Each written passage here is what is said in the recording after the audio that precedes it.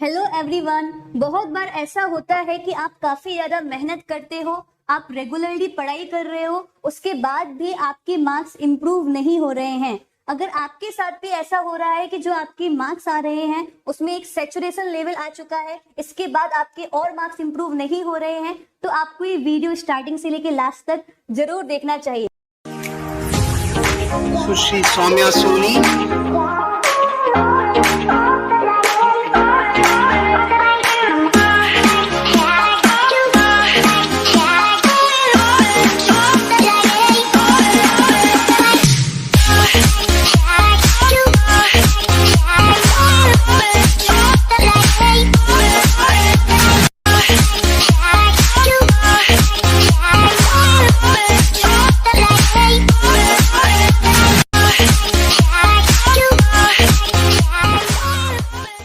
अगर ऐसा होता है कि आपने काफी ज्यादा मेहनत की है फिर भी आपके मार्क्स इंप्रूव नहीं हो रहे, तो बुरा लगता है भाई, आप दिल से लगता है भाई, आप समझ ही सकते हो। उसके पीछे एक रीजन ये है कि आप अपने पढ़ाई करने का जो तरीका है इसको अभी आप चेंज नहीं कर रहे हैं। उसमें आपको काफी ज्यादा इंप्रूवमेंट करने की जरूरत है, पढ़ाई करने के तरीकों को चेंज करने की जरूरत है। आज हम डिस्कस करेंगे कि पढ़ाई करने के तरीके में कौन कौन सी कमियां हैं, उनको आपको कैसे इंप्रूव करना है।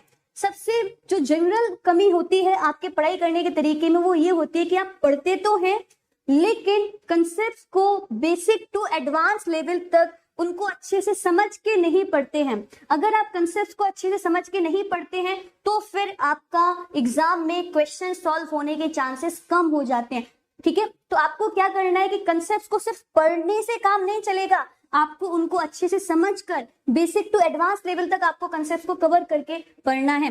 जो सेकंड कमी होती है वो ये होती है कि कुछ स्टूडेंट्स ऐसे हैं जो कि कंसेप्ट्स को बेसिक टू एडवांस लेवल तक तो कवर करते हैं, उनको अच्छे से समझते हैं, लेकिन वो ज्यादा क्वेश्चंस प्रैक्टिस नहीं कर रहे हैं।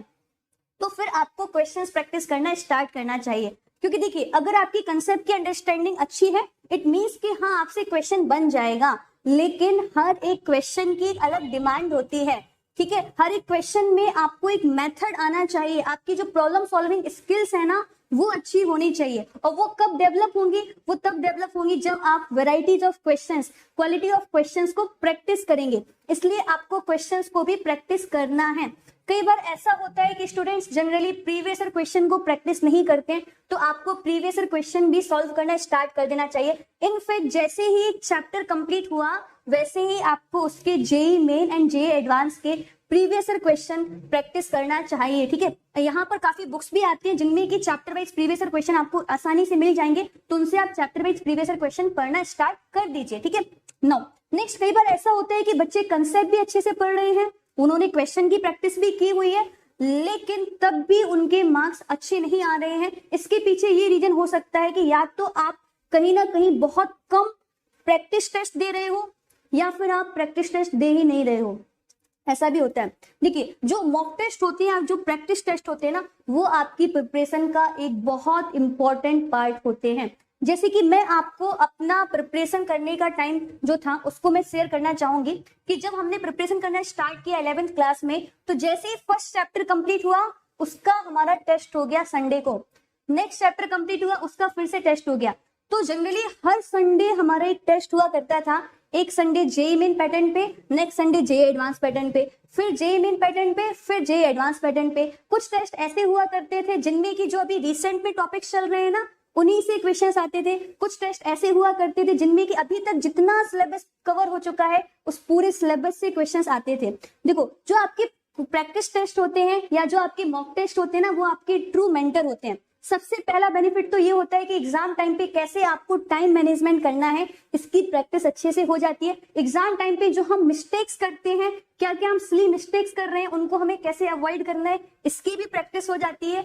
और अगर आप मॉक टेस्ट की डिटेल्ड एनालिसिस करते हो ना, इससे भी आपको बहुत बेनिफिट होता है। अब देखिए कुछ स्टूडेंट ऐसे होते हैं जो कि प्रैक्टिस टेस्ट देते हैं, मॉक टेस्ट देते हैं, लेकिन उसकी डिटेल एनालिसिस नहीं करते हैं। इसकी वजह से भी एक सैचुरेशन लेवल आ जाता है और उनके मार्क्स और ज्यादा इंप्रूव नहीं करते हैं। तो आपको क्या करना है, डिटेल एनालिसिस भी करनी है। डिटेल एनालिसिस में सबसे पहले तो आपको ये देखना है कि आपने कितने क्वेश्चन अटेम्प्ट किए हैं, उनमें से कौन कौन से क्वेश्चन सही हुए हैं।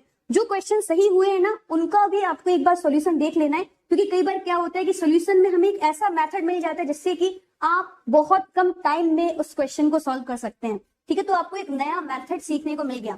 नेक्स्ट, जो क्वेश्चन आपके गलत हुए हैं, आपको ये देखना है कि इसके गलत होने की वजह क्या है, क्या कमी रह गई, उन कमियों को हमें दूर करना है। और जो क्वेश्चन आपने अटेम्प्ट ही नहीं किए हैं, तो आपको देखना है कि आखिर आपने क्यों अटेम्प्ट नहीं किए। क्या उससे रिलेटेड कंसेप्ट आपको नहीं आता है, या कंसेप्ट तो आता था लेकिन इस क्वेश्चन में कैसे अप्रोच करना है, क्या मेथड अप्लाई करना है, आपको वो मेथड नहीं आ रहा है अच्छे से, तो फिर आपको एक नया मेथड सीखने को मिलेगा। अगर आपके कंसेप्ट ही स्ट्रांग नहीं है, तो फिर आपको उस कंसेप्ट को और अच्छे से रिवीजन करने की जरूरत है, और अच्छे से अंडरस्टैंड करने की जरूरत है। तो ये सभी कमियां हो सकती हैं आपकी प्रिपरेशन में। तो अगर आपकी प्रिपरेशन में भी इनमें से कोई भी कमी है, तो आप इसको जरूर दूर कीजिए। ठीक है, आई होप सो कि आपको ये जो वीडियो है ना, आपके लिए काफी ज्यादा हेल्पफुल रही होगी। अगर आपको ये वीडियो अच्छी लगी हो, तो इसको जरूर आप लाइक करना। एंड इसके अलावा भी अगर आप कोई प्रॉब्लम फेस कर रहे हैं इन योर प्रिपरेशन, तो आप जरूर कमेंट करना, मैं उसके ऊपर भी एक डिटेल वीडियो लेके आऊंगी आपकी हेल्प करने के लिए। ओके, तो प्लीज इस वीडियो को जरूर लाइक करना, शेयर करना अपने फ्रेंड्स के साथ, उनके लिए भी काफी ज्यादा हेल्पफुल वीडियो हो सकती है। And also subscribe to the channel. Thank you.